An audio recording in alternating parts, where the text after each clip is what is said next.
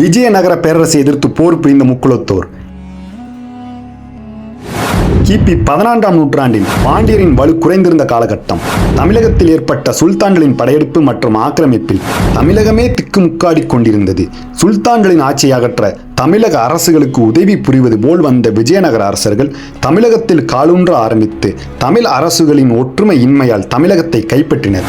தமிழர் அல்லாதோரான விஜயநகர ஆட்சியாளர்களை எதிர்த்து தமிழ் போர்க்குடியிலான முக்குலத்தோர் போரிட்டதை பல்வேறு கல்வெட்டுகளும் பாளையக்காரர் வம்சாவளி கைப்பீடுகளும் உணர்த்துகின்றன.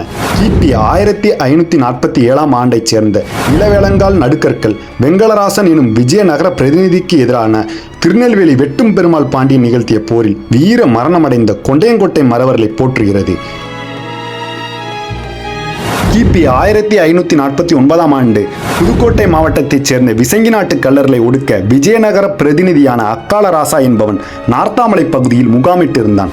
புதுக்கோட்டையை ஆட்சி புரிந்த அக்கச்சி பல்லவராயர் எனும் அரசி கச்சிராயன் என்பவரின் தலைமையில் கள்ளர் படையை அனுப்பி அப்பிரதிநிதியின் தலையை கொய்தார். அக்காலராசாவின் மனைவினர் 7 பேரும் நார்த்தாமலை நொச்சிக்கண்மாய் பகுதியில் உடன்கட்டை ஏறி தங்களது உயிரை மாய்த்துக் கொண்டனர்.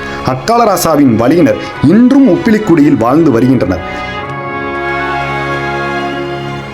விஜயநகர ஆட்சியாளர்களை எதிர்த்து போர்க்குடியினர் தொடர்ந்து போரிட்டு வந்துள்ளதை வரலாற்று தரவுகள் உணர்த்தி வருகின்றன.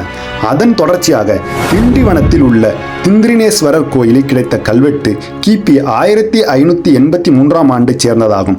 விஜயநகர அரசர் முதலாம் ஸ்ரீ ரங்கராயர் காலகட்டத்தைச் சேர்ந்த இக்கல்வெட்டில் இக்கோயிலுக்கு அளிக்கப்பட்ட கொடை பற்றிய தகவல்கள் இடம்பெற்றுள்ளன. கல்வெட்டின் தொடக்கத்தில் விஜயநகர அரசர்கள் பெற்ற போர் வெற்றிகள் குறிப்பிடப்பட்டுள்ளது. அவையாவன: துலுக்கர் மொகரந்தவித்தான், துலுக்கத் தளவிபாடன், எம்மண்டலமும் ஈழமும் திரைகொண்ட ராசாத்தி ராசன், கள்ளர் மறவர் குறும்பர்த்து, வேலமும் முத்தும் வாரி வழங்கும் வீர பிரதாபன் எனும் புகழ்மொழிகள் கல்வெட்டில் காணப்படுகின்றன. விஜயநகர அரசர்களுக்கு தொடர் தாக்குதல்கள் மூலம் எதிர்ப்பு தெரிவித்து வந்த கள்ளர் மற்றும் மறவரை அடக்கியவன் என விஜயநகர அரசர்களின் புகழ்மொழியை ஸ்ரீ ரங்கராயரும் பயன்படுத்தியுள்ளார்.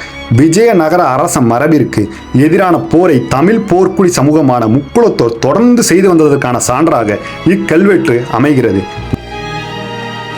நன்றி. பா. விக்னேஸ்வரர் மாலுசுத்தியார் மற்றும் சீசு சம்பட்டியார்.